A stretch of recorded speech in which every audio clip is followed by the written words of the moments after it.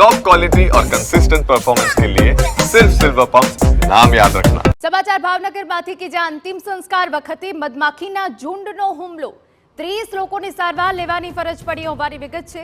સારવાર માટે લોકોને વર્તેજ પ્રાથમિક આરોગ્ય કેન્દ્ર ખસેડાયા।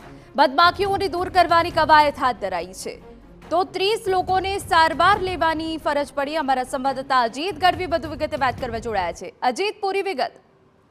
જેના વાત કરવામાં આવે તો આ ગઈકાલ સાંજની ઘટના બનવા પામેલ છે।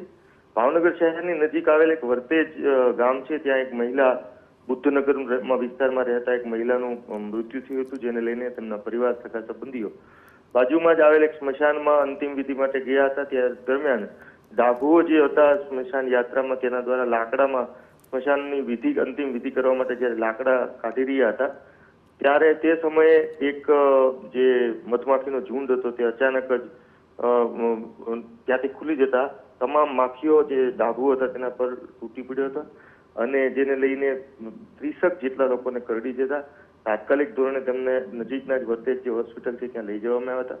જોકે કોઈને વધારે પડતી ખરાબ અસર નહોતી થઈ, પણ થોડી વાર માટે અંતિમ વિધિમાં જે લોકોને મધમાખી કરડતા અફડાતફડી થઈ હતી, પછી શાંતિથી જોકે અંતિમ વિધિ પૂરી કરવામાં આવી હતી। તમામ લોકોને જેને વધારે પડતી માખીઓ કરડી ગઈ હતી તેમને વર્તેજની હોસ્પિટલ લઈ જવામાં આવ્યા હતા અને તમામ લોકોની તબિયત થોડી વાર પછી કલાક 2 કલાક પછી સ્વસ્થ પણ થઈ ગયા હતા, પણ થોડી વાર માટે આ સમગ્ર ઘટનામાં અફડાતફડી મચી જવા પામી હતી। બિલકુલ આભાર। તો જે લોકોને સારવાર માટે ખસેડવામાં આવ્યા હતા તેમની તબિયત સુધારા પર થતા તેમને રજા આપી દેવાઈ હતી।